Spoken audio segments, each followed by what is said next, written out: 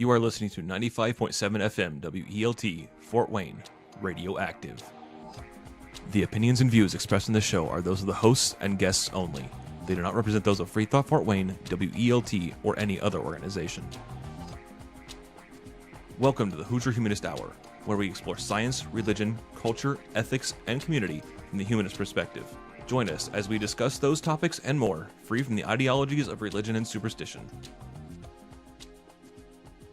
Hello and welcome to another fine hour of the Hoosier Humanist Hour. As usual, the show is put together by the members of FreeThought Fort Wayne, a chapter of the American Humanist Association. As I mention every time, if anybody wants to get in touch with us or take a look at the group, it's facebook.com/FreeThoughtFW. Our email address is fortwayneaha@gmail.com. The hosts today are Chris, myself V, Caleb, and our sound engineer, Andrew. I think we have an interesting topic for everyone today. We're going to talk about anti-vaxxers.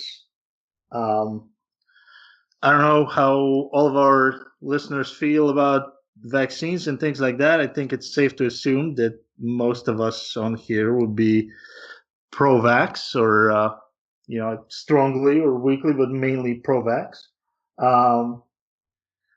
But I guess we'll see. We'll see how the conversation goes. Hopefully it should be interesting. How are you guys doing? Pretty good. Yeah. All right. Well, where do we want to begin? I guess Chris, you're kind of our expert here, the person that has a degree that's relative to this subject.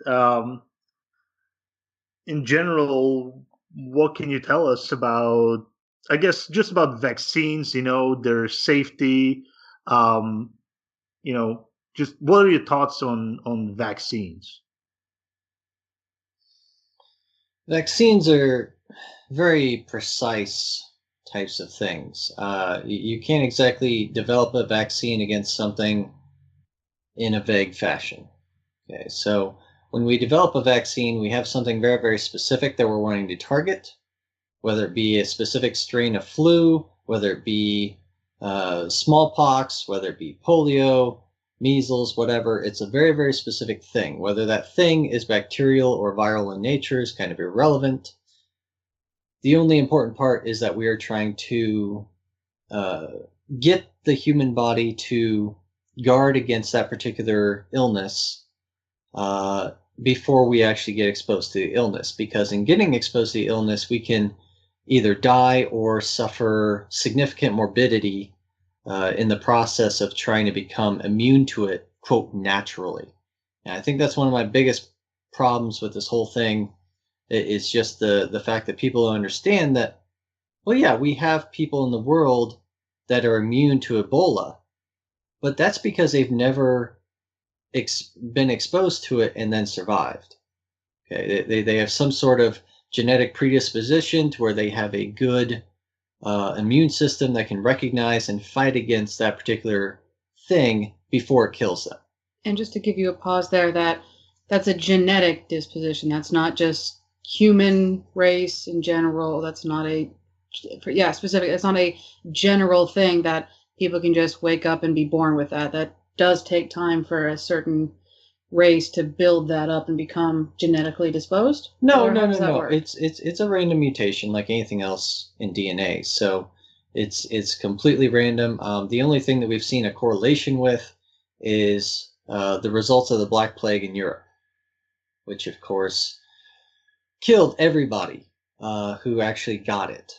A third of the population in Europe? Right. A lot. And the survivors were only survivors because they were born with a genetic predisposition to strongly resist or be immune to it. All right, they did not necessarily come down with it and then all of a sudden become immune to it afterwards. They would not have survived that process. And so we see the same thing with Ebola. So essentially how a vaccine works is that you target a disease in the lab nowadays. If you're doing viruses, you have to use chicken eggs. If you're doing bacteria, it's a little simpler because they're actually living things. So we can actually kind of design those just off the cuff, so to speak. But you design the vaccine against a particular strain of a disease, whether it be bacterial or viral. And then you undergo basically 10 years of testing. You do your laboratory tests. Hey, in a test tube, does this work against this disease? Yes, cool. Next stage, let's try it in a living animal. Next living animal is typically a mouse. Let's try it in a mouse. Cool, works in a mouse. Let's try it in a primate or some sort of other close relative to humans. Works in there? Cool, let's go to the next step. Next step is humans. Testing it in clinical trials through hospitals that are cooperating around the world. If it works in that step, cool. Next step, finally release it to the public on a massive scale. So once we have thousands upon thousands of data points, only then, after about 10 years of study, do we finally say, okay, we're confident that this vaccine works and that we can give it to the public in a very safe fashion that is going to increase longevity more so than increase morbidity or mortality from actually getting the disease. Is there any difference between vaccines and immunizations? Are they just two different words for the same thing, or is there actually a fundamental difference? Do you know? Yeah, vaccines are immunizations. Yeah. Okay. Okay. So when people say, you can use the words interchangeably in, kind of everyday English. The only reason why there was ever a split between those two terms is because back when vaccines were first played around with, let's say for chicken pox or smallpox, so to speak, what we did was we basically inoculated people against a form of the disease in order to protect them from the more serious form of the disease. And in those cases, yeah, they were typically considered more immunizations because we're throwing a live biological agent at you, having you form a resistance against that particular agent, and then you become immunized after that. And when it comes to that, that sounds really willy-nilly. It is. It was. And you say it was. How long ago was that? So we're talking, if I remember correctly, it was in the 1800s. So very, very pre-medicine were we actually trying to say, well, we're going to do this strain and hopefully the more harsh, deadly strains you'll have a more chance of surviving because you had a immunization of the lesser, more mortality, fatal, that's the word I'm looking for, rate. Right. So the thing is that what we did was we didn't necessarily have good testing for those particular things, and they weren't necessarily inactivated pieces of material, whether it be inactivated viruses or inactivated bacteria, which we commonly use nowadays in our vaccinations, which is why we call them vaccinations, because they are frequently something that's basically just an antigen or a piece of the particular pathogen that our body can then build immune system defenses against and form some sort of immunity or high resistance to. Well, you bring up a good point. Sorry. I was just going to say, I think you're getting to a bit of a common misconception out there, among anti-vaxxers. Sometimes they'll claim that you can get sick from the vaccine. And I think that there is, as usual with myths, there's like a tiny, tiny grain of truth to that. But in general, for most vaccines, there's really no possible way for you to get sick from it, right? Well, so that is a great point, just because of the fact that when we give you these inactivated particles to ramp up your immune system, we are causing your immune system to ramp up. Therefore, you will experience symptoms relative to that, whether that is fever, whether that's inflammation, whether that's soreness, headache, malaise, things of that nature. Anything that has to do with you getting sick will probably happen as a result of you getting the shot, because it's your immune system ramping up either way. Right. So I guess if that sounds kind of scary. You're pretty much getting a shot to keep you from getting sick, but it makes you sick. Now, maybe we should get into a little bit more what exactly is in a vaccine, because when you talk about what it is, you're putting in antibodies or antigens for your body to react to.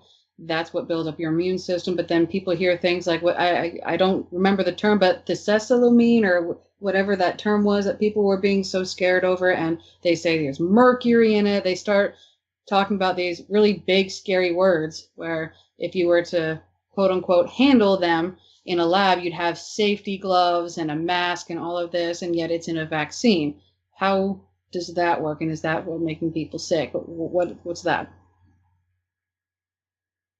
Well, one of the materials, I'm not so sure about the one that you were referencing, but material that I always hear thought of or mentioned is thimerosal. That's it, yep. And thimerosal in particular, funny story, yes, does contain a form of mercury. But once people started making a big stink about it, once they started getting these rumors around that thimerosal and the mercury within it started increasing autism rates, which has been completely debunked in every way, shape, and form. Once there was even a hint of that on the market, they removed thimerosal from most all vaccines. And in fact, in California, no vaccines contain thimerosal. And yet, if you look at the autism rates just within California, they continue to rise at the exact same rate that they were before thimerosal was removed from vaccines. And so if you're trying to pin a link between autism and thimerosal, you realize that just doesn't work. And if you really break down the amount of mercury that ends up being in your bloodstream after getting this shot or these series of shots, you realize that the amount of mercury in there is far below that of a simple portion of fish that you would eat out at a restaurant. Wow, so to sum that up, people were blaming the mercury content on autism with no evidence to prove that, and even when they did have mercury in them, they were completely safe because you would get more mercury in your bloodstream from eating fish than a vaccine. Right. Funny that. And let me just read something straight off of the CDC website over here to even clarify that point further. This is right off of the CDC website. It says methyl mercury is a type of mercury found in certain kind of fish. Thimerosal contains ethyl mercury, which is cleared from the human body more quickly than methyl mercury. Yeah. So it has less of a chance to cause any kind of trouble to begin with because it's cleared faster from the body. Not only are you getting less, but it's cleared faster. So there's even less of a chance for that to be there. Now, I've seen it on, anti-vax forums and stuff like that. People will claim that vaccines still have mercury, even though it's not on the, on the ingredients list. It's not anywhere on there. It's funny how that works. Yeah. Conspiracy theories tend to work like that. Yeah. Yeah. Well, and to go back to the point about, you get a vaccine and you get sick, I guess what is the most common reaction to a vaccine? Do people really do start getting this very severe flu sickness that has them bedridden, that keeps kids from school, and this terrible thing all because of a vaccine? Because I remember my vaccines. My mom was a little bit late in giving me mine, but I think I was 4 or 5 when I got the rest of mine, and I remember them. So I got them, and I think I got 4 at once, 2 in one arm, 2 in the other. It was for my measles and mumps, and I forget what the other 3 were, but I got 4 doses, and I was 4 or 5 years old, and my arms were sore, and I was tired, but that was the extent of it. That was it. And I got quite a dose a little later in my life. So if anyone wants to argue the point that, vaccines are done at a young age because they can handle it, that's true. And the longer you wait, the potentially more, it's harder for somebody to deal with that the older they get, right? No? No. Oh, no. I'm wrong about that. The only reason why we give all these vaccines at a young age, as young an age as possible, is because that's when the risk of mortality is highest. Oh. That's right. So we have roughly 13 different vaccines that we typically schedule and strongly suggest for children. That can contain as many as 315 different antigens. Okay, so your immune system is fully capable as an infant of handling that much immune system load, because just imagine how many germs are on a baby's hands and how often a baby's hands touch their mouth. Yeah. Okay, you're talking about hundreds of different diseases being exposed to a baby at all times anyway. So directly injecting these antigens into a baby's system does nothing to burden the system. They're used to it. They are built to withstand that. And that's within the modern human context of being so clean and sterile and hygienic. So it really doesn't matter when it comes to antigens and how young you expose a kid and how many you expose them to. And V, you were referencing the CDC, and the CDC actually says that even if you gave all 13 of those shots to a kid at once, the kid would be fine. And I've seen on anti-vax forums that people were called very terrible F-bomb names, and it's bad, and they're accusing the CDC of being a bunch of F-bombs. It's very, very scary to think that they would question the CDC when this information is, I don't want to say it's the end all, but a lot of, if not all, of the major health organizations kind of refer to the CDC. They're kind of it. And just to preface, I do know people who have worked at all of the major health organizations, whether it be the CDC, NIH, or USAMRIID. I know people who have worked at all three of those places. So it's not like this huge government conspiracy by any means. And they're all Satanists and they're all evil, right? Right. Well, scientists, they're being bought out by big pharma and they're getting really rich for hush money. But he knows people who've worked at all of them, and they're by no means super rich. No. So I guess my point is I've had vaccines even a little bit later, and it was sore, but I was by no means throwing up or being severe. And I have 4 nieces, all of who have their vaccines, and they're fine. The worst that has happened to any of them is a light fever. And this whole scare of it makes them sick, it's just not true. It doesn't make them deadly ill because of a vaccine. Right. Yeah, those side effects are generally fairly mild compared to the real thing.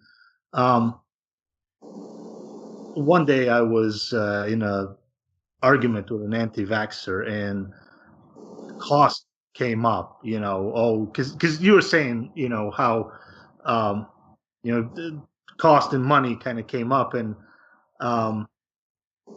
I was really upset at that guy. Like, I was at my wit's end. So I literally went onto the CDC website. I figured out the price of vaccines. I figured out how many kids are born in the U.S. and how many vaccines they're going to need by the time they turn 18. I figured out the cost of all that. And it was less than like one pharmaceutical company makes on one of their top drugs. I don't remember. I think it was something like Vioxx or one of those pills you see advertised on TV. Yeah. Like the entire vaccine market for 1 year population for their entire 18 years of life while they're getting those vaccines was less than the amount of money they made on one drug. Yeah, I'm not going to lie. I know that there's a lot of drugs out there that are ridiculously expensive per pill. It's kind of, it takes you back. You're like, really? My medication is that much? Are you crazy? But vaccines are not among them. They're cheap. And people say that, well, doctors get bonuses and they get paid for every vaccine. If you actually talk to doctors, they don't get this huge, ginormous Christmas bonus for vaccinating. What it actually comes down to is if they vaccinate 90% of new kids or patients that they have, they might get a small bonus, but it's not normally it's not a shot-by-shot case. It's a general, and it's not like they can go on a vacation with the bonus. Right. Yeah. I mean, we live in a capitalist society. We all want to make more money, but to say that, because of that small incentive, some doctor knowingly would injure a child, because with the conspiracy, it would imply that doctors know how terrible these side effects are, and despite that, for the extra, I mean, how much money could you get, let's say, on a per vaccine basis? I mean, even if you got as much money as the vaccine costs, which you can't, because then the company makes the vaccines would lose money if that's how much they kick you back. But even if it was the entire cost, like, if you got $10 per child per vaccine, like, how can it possibly make sense that a doctor would compromise their values, years of experience, and would knowingly damage a child for $10? And it's not even just that point. It's not just compromising your morals. You compromise their entire career, their livelihood, anything and everything they are. And that's why people like Andrew Wakefield, he was I believe, the original scientist who published a study that said there was a link between autism and vaccines. And once they saw exactly what happened, they pulled the paper, and they didn't just pull it and discredit him. He lost his job. He lost his right to be a professor. He lost his right to publish in any journal ever again. He lost everything. That's quite a huge risk you take for a mere, like you said, V, 10 or $20 per kid. Right. Yeah. Yeah. Well, the big issue, just going back to your monetary standpoint, is that if you calculate how much money these pharmaceutical companies earn per year in the U.S., they earn around $23 billion. Okay. Right. Now, if you calculate how much, quote, big pharma could be earning had they done away with vaccines, okay, let's just assume tomorrow they stop doing vaccines. In the next year, they would actually reap in about $46 billion in money. Okay, so they're actually making half as much as they could be making if they were just not vaccinating anybody. That's ridiculous. Half the money.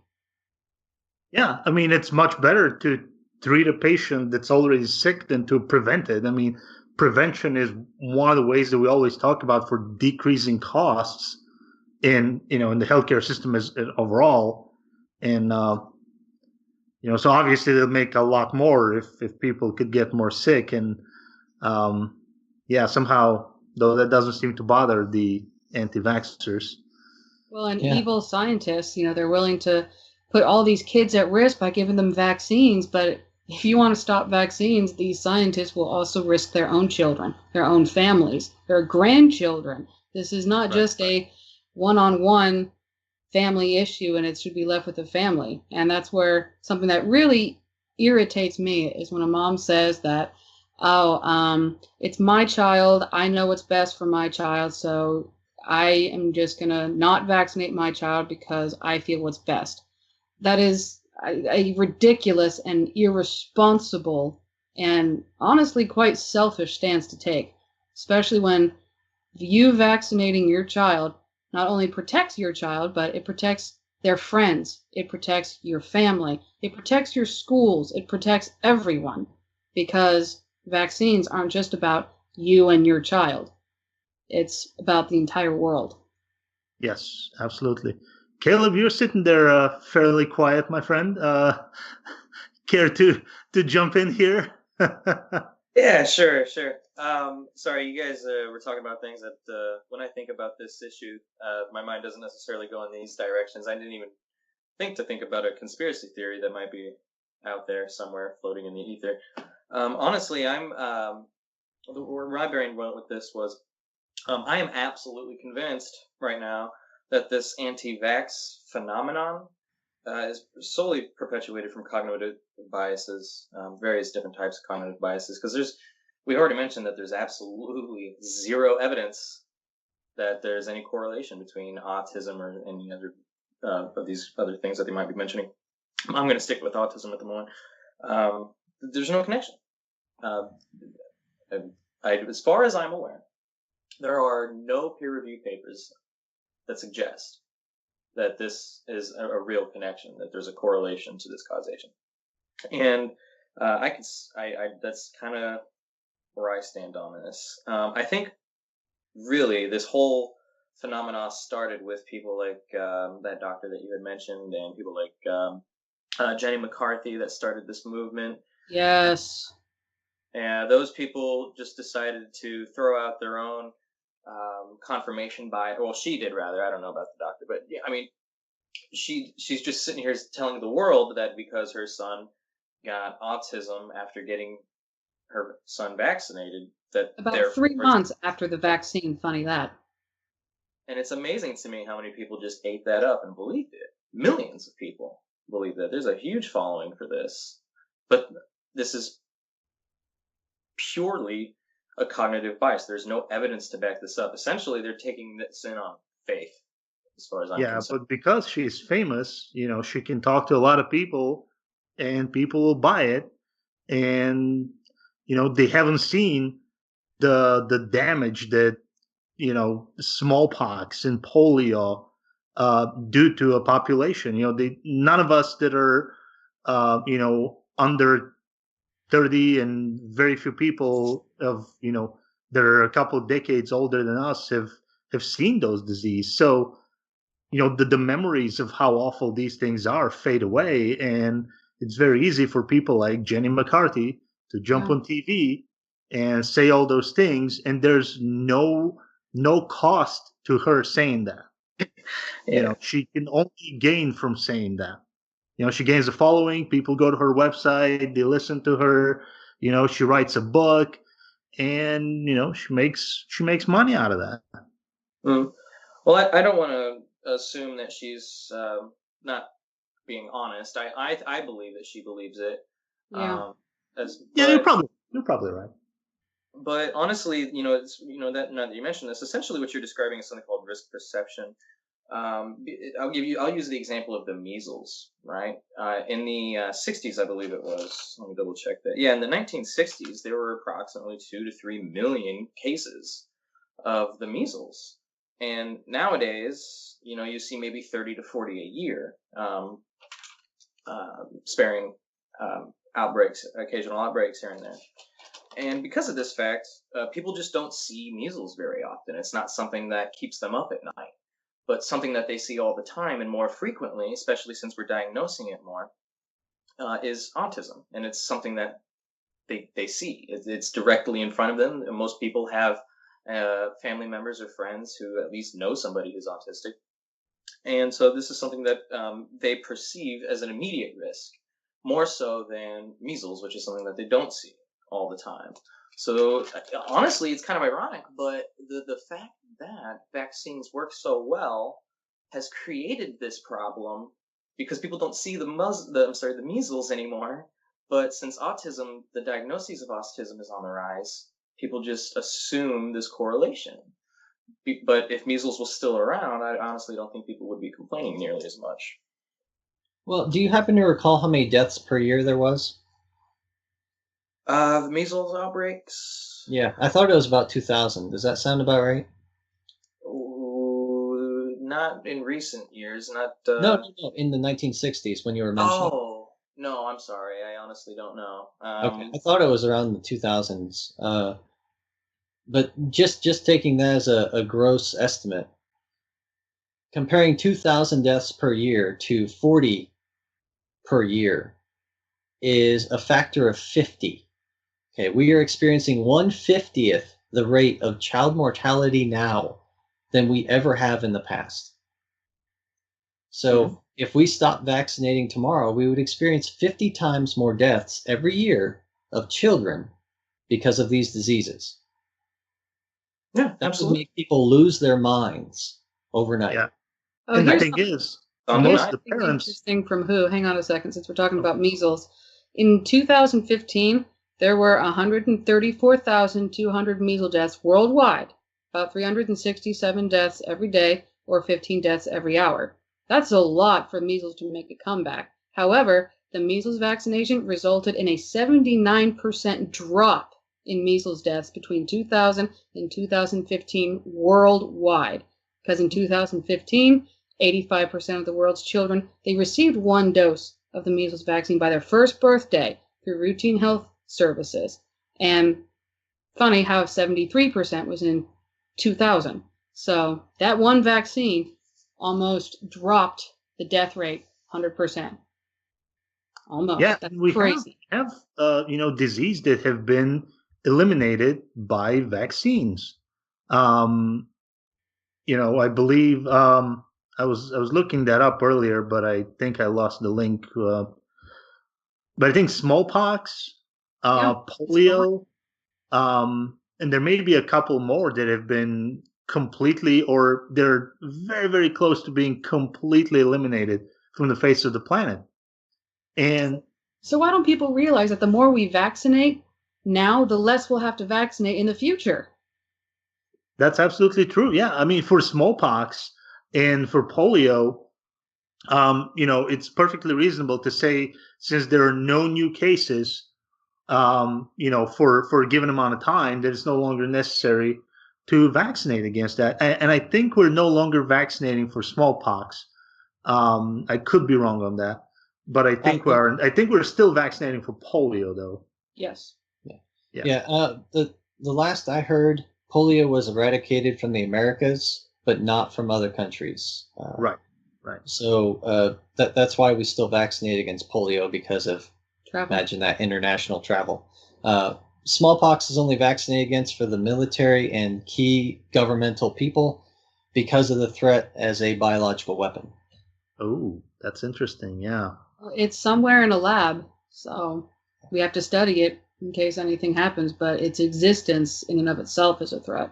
It's one of the deadliest diseases ever known to man. So, yeah, that's going to be kept under lock and key as a weapon indefinitely. Now, the issue is, as fun as all this sounds, it's not entirely practical when it comes to some diseases that have zoonotic origins. Okay, so diseases like Ebola are never going to go away.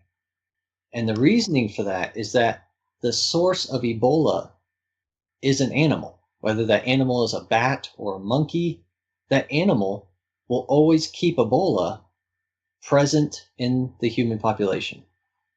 Gosh, that's interesting. Wow. But good news, there was a vaccine for one strain of Ebola. We're all very excited about that. So, I think there are 4 strains, but the one that most commonly afflicts humans, they have a vaccine for. They did the trials and tests, and it's 100% works. So I think they're in the workings now to actually have it readily available for people. So that was very cool to hear. Yeah, that's as a result of that Ebola outbreak in Africa, right? They didn't have it quite time for it, but yeah. Yeah, right. Yeah, they didn't have it, but since the outbreak happened, it was put on the fast track, and they were able to develop it fairly quickly, actually. Yeah, it's great. It's very exciting.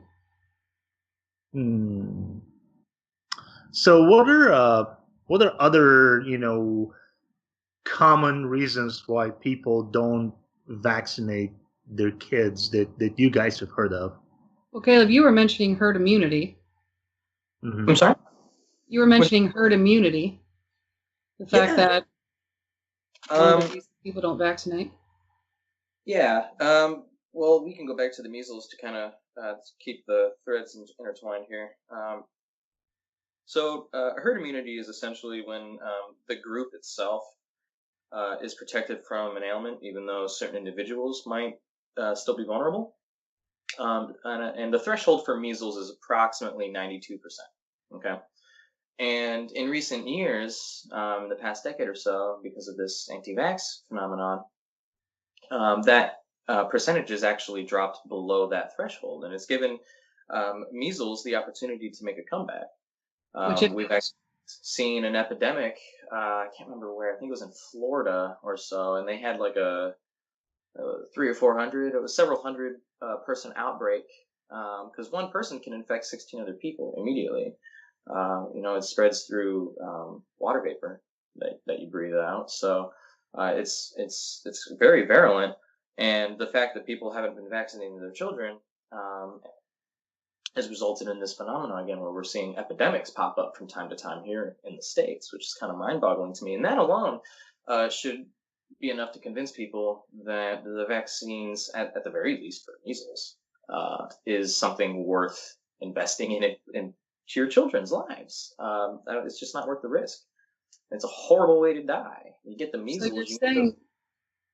So you're saying that just because, everyone else has vaccinated children, they should be fine. So there's no reason to vaccinate your child, because if all the other kids are vaccinated, what's the risk?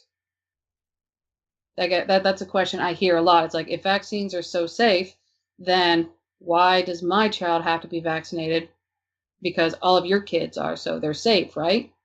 Well, I'm actually under the impression, as far as I'm aware, not getting your child vaccinated actually poses a higher risk for them of getting that disease. Obviously, because they're not vaccinated, but due to also the fact that the vast majority of the kids that they're playing with have that in their system. I mean, even though it's a mild or tamed version, or dead, or I'm not exactly sure how they, it depends on what it is. The measles virus, they essentially put it into this incubator with DNA and flesh or whatever from a chicken, and so over time that virus mutates to prefer the chicken. So then they introduce that into humans, so that it's less effective against humans and killing human beings.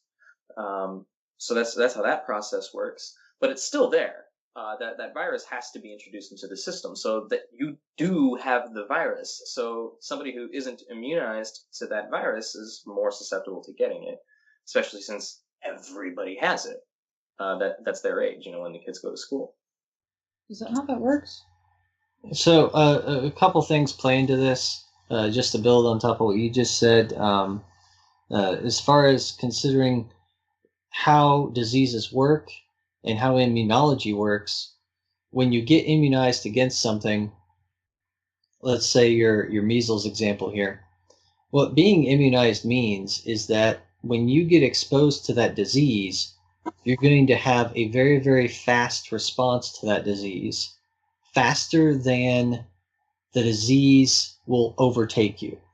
Okay, typically speaking. So we're talking about, instead of having 2 weeks for your body to figure out which antigen that disease has and to mount a defense against it, you can die in those 2 weeks. Okay, when you first encounter any sort of disease. However, if you've previously been immunized against that disease, or if you've previously seen that same disease, your defense time, your turnover time, so to speak, is about 2 to 4 days. Okay, so 14 days compared to 2 to 4 days. That is a huge difference when we're talking about microbiology. Okay. Right? So during that time, you still have the disease for 2 to 4 days. Okay, even if you're immunized, you have the disease for 2 to 4 days. You can become, you can shed that virus or that bacteria in that time. You can become communicable to other and infective to other people around you during that time. Mm-hmm. You just won't die from it. You will be able to mount a response before that particular pathogen overtakes your body. So when we talk about these concepts like herd immunity, we're really saying that, well, we won't have a plague through the entire population, assuming we have 92% of the population immunized against this, because assuming those odds... I just interject at that particular point right there, because the herd immunity, rather, it doesn't necessarily mean that 8% isn't immune. And we could have 100% people immunized, but there's still always going to be people that are potentially going to die from this, even if they have been immunized. And if that threshold, regardless of how many people aren't. So, I mean, because there still are people who are immunized that die from whatever it is that they got immunized from. It's rare, but it happens. I just wanted to put that in there just to be clear on that particular point. I thought it was important. No. That kind of underlines the importance of getting as many immunizations as you can when you're young, because you basically end up teetering off as far as your immune system is concerned as you get older. Once you become elderly, your body becomes much more vulnerable to anything, including things you are supposedly immunized against. So that's where a lot of those statistics come into play, is in the elderly and in the immunocompromised. Okay, so I guess here's the bonus. So, you're a kid, you get vaccinated, and in the very rare case, because it does happen, we'll use the measles, a kid was vaccinated, but he still gets measles. Now, that is very, very rare, almost impossible to happen, but it does. But they will be able to deal with having the measles on a ridiculously better level than not having the measles vaccination. So either way, it's a win-win to have the vaccine. And just because 1 out of 100,000 kids get measles even though they were vaccinated does not negate the effectiveness or safety of the vaccine. And that's something that really gets me about anti-vaxxers, because every anti-vaxxer has, oh, my cousin, oh, my sister, oh, my friend's friend. Everyone's got a story about how their kid was vaccinated, but they still got sick. And the legitimacy of these stories is one thing, but even if we said that 100% of them were true, which I doubt, it still doesn't negate the facts. The facts are vaccines are safe, and they save millions of lives at the expense of very little. Yeah, absolutely.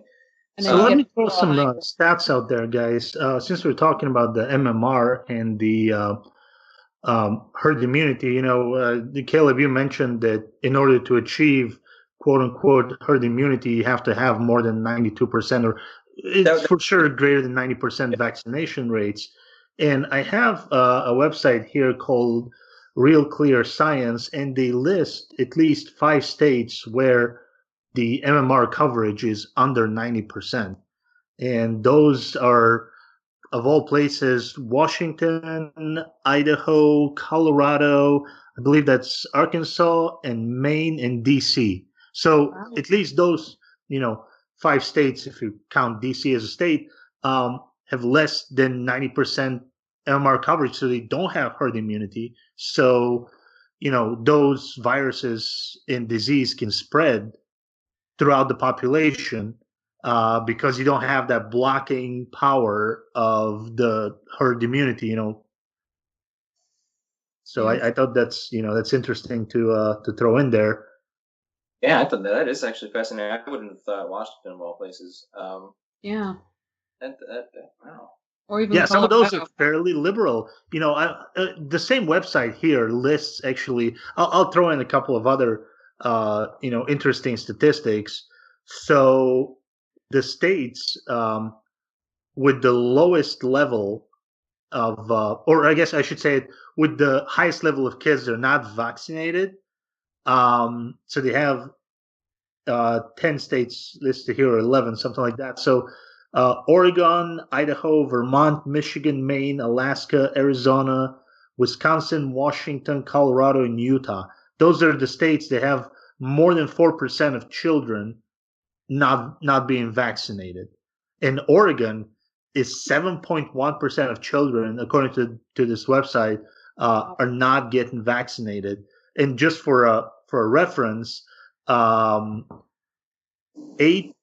So these are 11 states. So 8 out of the 11 states are states that are liberal leaning. They voted for Obama as president, which is kind of interesting that it's the liberal states that seem to have more anti-vaxxers. Now, that doesn't mean that the anti-vaxxers are more liberal or whatever, but I don't know, just kind of an odd statistic there. I'm curious what the percentage of kids that have measles are in those areas compared to other areas. That would be an interesting experiment to run. And let me just throw this out there, since we're talking about those stats. So conversely, the states with the highest rate of vaccinations, where it's less than 1% of children that are not vaccinated, those are Mississippi, West Virginia, Alabama, Delaware, Louisiana, New York, and Kentucky. And out of those 2, 4, 6, out of those 8 states, two, three, four, 5 out of the 8 states are actually Republican leaning. So they voted for like Romney, when he ran against Obama. Speaking of being biased, man, oh my goodness, my expectations were the complete polar opposite of what you just told me. I never thought to look into those particular figures.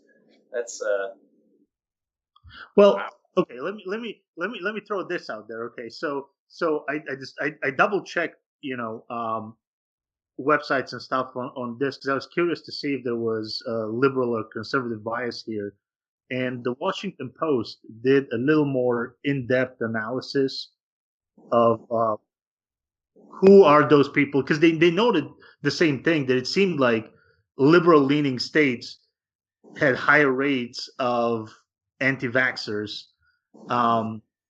But they have this chart over here, and it seems like going from very liberal to very conservative, the anti-vaxxer curve that they've drawn over here is basically flat. But what they're listing there are different reasons why the different groups are anti-vax.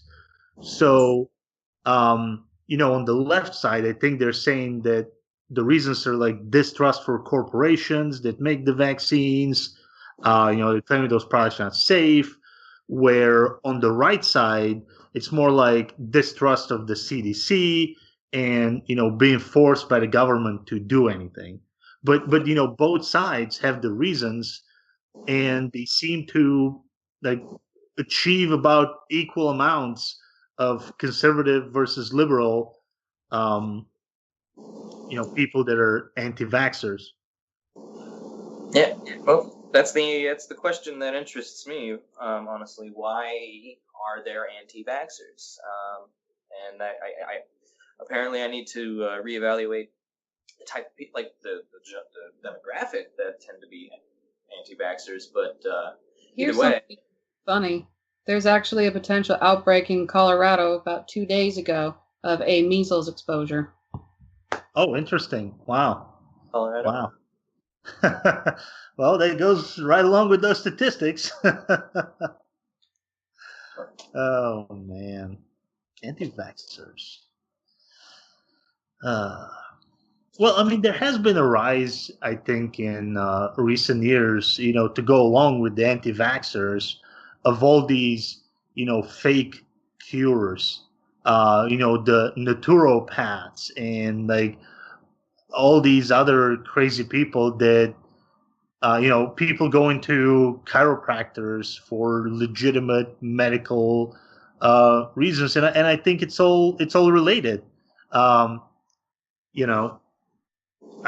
from what I've been seeing on those anti-vax Facebook groups and stuff, a lot of people that subscribe these alternative medical views and whatever, they use their chiropractors as primary source of care, or naturopaths, whatever that is, and they actively avoid going to the doctors even when their kids are sick, because they know that their doctors are going to push vaccines on them. And if they hear that the kid is not vaccinated, they'll get a whole lecture of stuff. And oftentimes what you're going to see, and it fascinates me.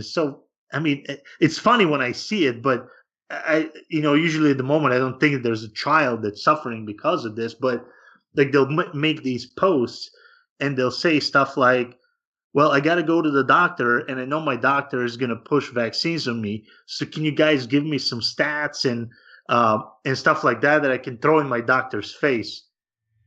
Yeah, that's great. It's lovely. It's like, and the funniest thing usually is, I've seen this many times, is it's usually accompanied with, well, I've done my research, blah, blah, blah. But, right in the moment, I can never remember any of my stats. So can you guys give me some useful links that I can bring with me to the doctor? They want to print stuff off and bring it to the doctor so they get less of a lecture. How diluted is that?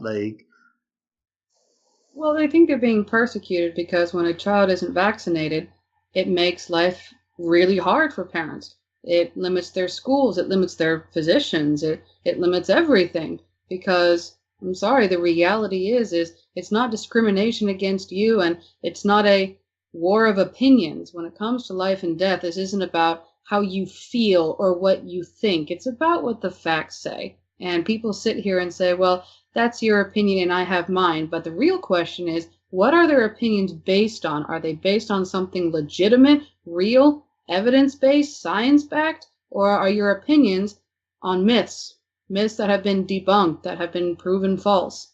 And that's what people don't seem to understand. I don't care about your opinion.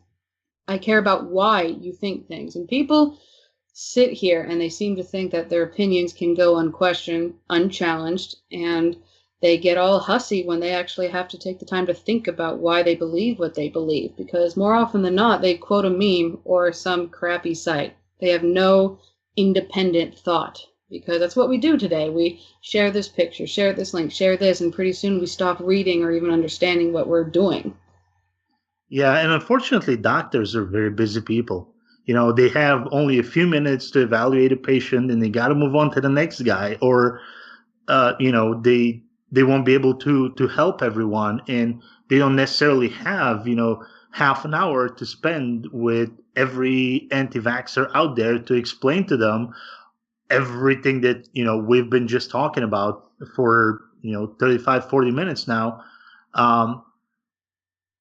And that's sad, but it is the reality, that doctor was in school for 10 years, he knows a thing or two about medicine more than what you can ever learn from a few Google searches. And I'm sorry, but the level of disrespect that people, by doing this, by bringing this to your doctor, that is a huge insult. And I don't think people realize what exactly their actions mean. It's like you're going to sit here and you're going to insult my years, my lifetime, and a small fortune that I spent doing this. And you just sit here and insinuate that Google knows more than me. It's just the audacity of people. Professor Google's never wrong. Google University. for everyone that didn't want to spend 10 years in college. That is really troublesome, and I think part of it comes down to this whole aspect of independent thought being valued over actual research, and a person's experiences actually counting more than thousands and millions of reported cases. And so you'll hear of these parents who are like, "Hey, I have 5 kids. I didn't vaccinate any of them. They all turned out fine." Or you'll have another story to where it's like, well, I have 5 kids, I vaccinated 2 of them, and they're sick more often than the other 3. I love that one. And it's like, okay, well, that's great, but did you do any experimental controls in that study? Do you have a p-value to report to me? Do you have any comparison to factors or places outside of your home? Yeah. Like, how does your sample size of 5 apply to the 5 million reported cases and experimental studies that we have reported in the literature? Yeah. How does that have any relevance? Just because it didn't happen to you doesn't mean it will not happen. And people seem to believe that. And because Caleb was mentioning, we don't remember the consequences of smallpox and polio. That fear is not with us every day. And so people tend to forget how important it is. And people were scrambling for these vaccines when they came out and they saw how effective it were because kids stopped dying. And this whole idea that, oh, okay, well, you don't get the vaccine as a kid and you're at risk. But like Chris was mentioning, when you get older, you are once again just as much at risk as you were as a child. There are 2 stages in your life that you are at risk for disease like that. And just because right now you don't think anything is going to happen, I don't know, 50 years from now when I'm older and if this anti-vax trend continues, I am once again at risk for things like this because I'm old and decrepit. That's scary. Yeah, I mean, the internet is a blessing and a curse. It's a blessing because using that word fairly, liberally there, but it's a blessing, quote unquote, in the sense that it allows sharing of information, but it's a curse because it creates all these echo chambers, and it allows those cognitive biases to spread, and you know um, allows people with these weird views to band together, and now they become a bigger group and a more vocal group, and they suck in all kinds of other people. And where before, pre-internet, if you wanted to find out, if you thought that vaccines, if you weren't sure about vaccines, maybe you would go to the library and you would ask the librarian, hey, can you suggest a book on vaccines for laymen? And the guy would hand you a book, and it would be written by an expert in the field, and you would know that you can probably trust the information in that book. Where now you just go to the internet and you type risk of vaccines, you go to the crackpot website that looks no different than the CDC website, and you see that there's thousands of people maybe following that Facebook page or whatever it is. Maybe the counter in the bottom of the website shows there's millions of people that have visited it, so immediately you gain credibility, and to the uneducated person, it may be easy to get fooled by that. I think what's phenomenon that's occurring here is, confirmation bias is one of the most easily reinforceable epistemological foundations that you can spread. Because if you believe something for the same reason that somebody else believes it, even though there might not actually be a connection, and you guys both fervently believe this, you're going to reinforce each other's beliefs. And especially when it's something that's, traumatic, like my son has autism, that's a pretty big deal. It's going to make a pretty big impact on your life. And one of the things that I believe is going on here is this, there's a negativity bias that we have. And essentially all that means is, for example, if your car won't start one day, you tend to remember that day more than all the other days where your car started just fine. It's this negativity bias that we have where we tend to focus on the negative things more than the positive things, even if we receive the positive things far more frequently. Right. And darn those red lights. Yeah, so when something like this occurs, there's this process that takes place called explanatory attribution. Essentially, this is where human beings assign blame to something. Yep. And the anti-vaxxers are assigning blame for the autism on the vaccines. This is really essentially where this all comes from, because we as human beings, we're actually very bad at assigning blame to things. We tend to operate through inference and induction, and that has some pretty nasty side effects from time to time. It's useful, but it doesn't always work, and this is one of those examples. This is one of those cases where it doesn't work. It actually backfires. We create this. That is all the time we have for you this week. This has been the Hoosier Humanist Hour. Be sure to check out FreeThought Fort Wayne on Facebook and on Meetup.com. Thank you for listening, and we hope your days are filled with logic, reasoning, and the eternal quest for knowledge.